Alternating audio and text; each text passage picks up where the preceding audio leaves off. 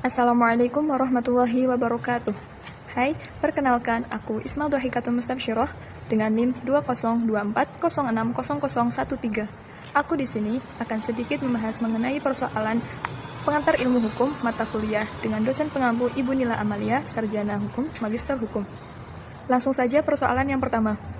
Mengapa kaidah hukum masih diperlukan? Sementara dalam kehidupan manusia, sudah ada kaidah atau norma yang mengatur tingkah laku manusia dalam pergaulan hidupnya, yaitu kaidah kepercayaan atau agama, kaidah kesusilaan, dan kaidah sosial. Di sini saya akan memberikan 3 alasan mengapa kaidah hukum masih diperlukan. Alasan yang pertama, karena keterbatasan norma sosial.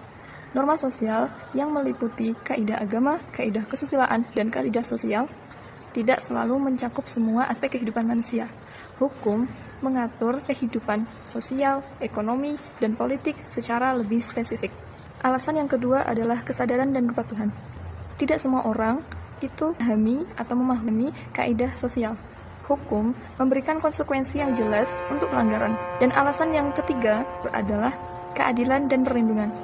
Hukum memberikan keadilan dan perlindungan untuk semua orang, terutama yang lemah atau terpinggirkan. Alasan-alasan tersebut dapat kita lihat dengan perbedaan kaidah hukum dengan kaidah lainnya.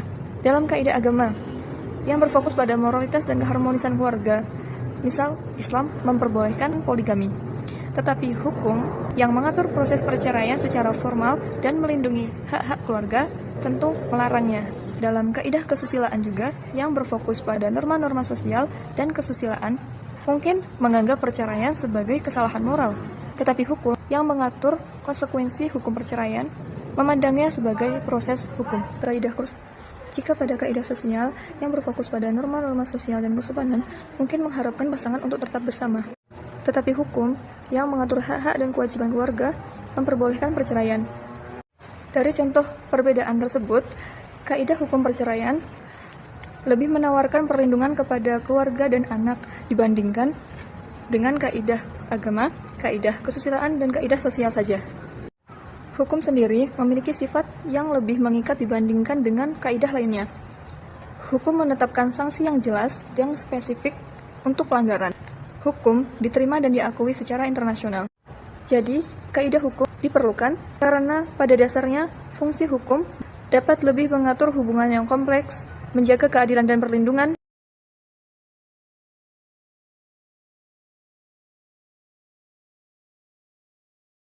masyarakat yang harmonis, adil, dan keadilan. Selanjutnya, kita lanjut ke persoalan yang kedua.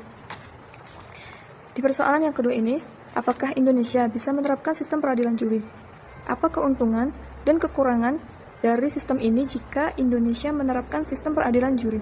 Indonesia sendiri memiliki sistem peradilan yang berbasis pada hukum dengan keputusan hakim. Namun, di beberapa negara seperti Amerika Serikat, Inggris, Australia, itu menerapkan sistem peradilan juri. Apa iya kalau di Indonesia sistem peradilan juri dapat diterapkan? Apa sih keuntungan dan kekurangan dari sistem peradilan juri ini? Keuntungan dari sistem peradilan juri yaitu dapat meningkatkan partisipasi masyarakat dalam peradilan, pengambilan keputusan yang lebih demokratis, dan mungkin mengurangi beban hakim. Peningkatan transparansi, juga penghormatan hak asasi manusia. Jika di Indonesia menerapkan sistem ini, tentu masih banyak kekurangannya.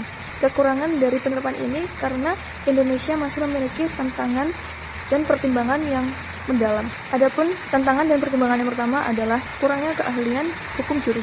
Seperti subjektivitas dan emosional, membutuhkan waktu dan biaya, dapat menyebabkan ketergantungan pada seleksi juri dan potensi konflik pada hukum nasional. Hal ini juga membutuhkan syarat penerapan jika diterapkan di Indonesia.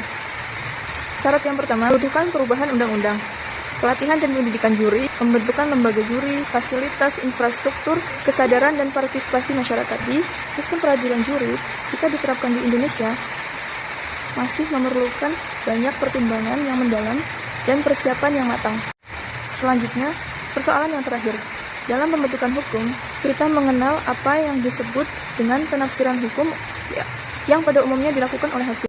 Penafsiran hukum ditujukan untuk mengisi kekosongan pada sistem perundang-undangan, sehingga penafsiran hukum melalui putusan hakim juga disebut sebagai upaya pembaharuan hukum. Pertanyaannya, setuju atau tidak jika kita perhatikan pada Pemahaman tentang putusan hakim sebagai jurisprudensi.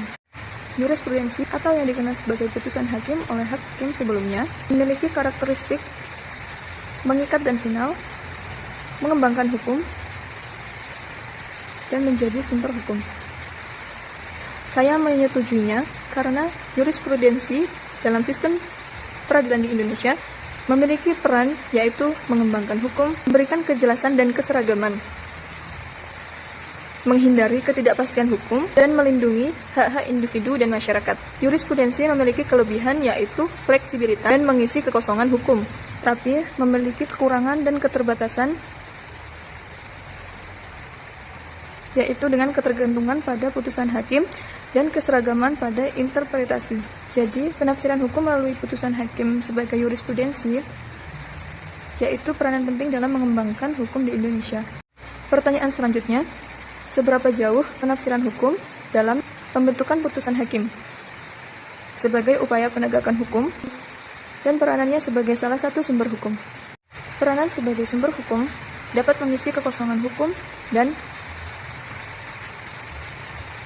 memperbarui sistem hukum, memberikan kejelasan dan keseragaman dalam penerapan hukum, dan mengembangkan hukum dengan lebih adil dan sesuai dengan perkembangan masyarakat. Jadi, penafsiran hukum memiliki peran penting dalam pembentukan putusan hakim, penegakan hukum, dan sebagai sumber hukum.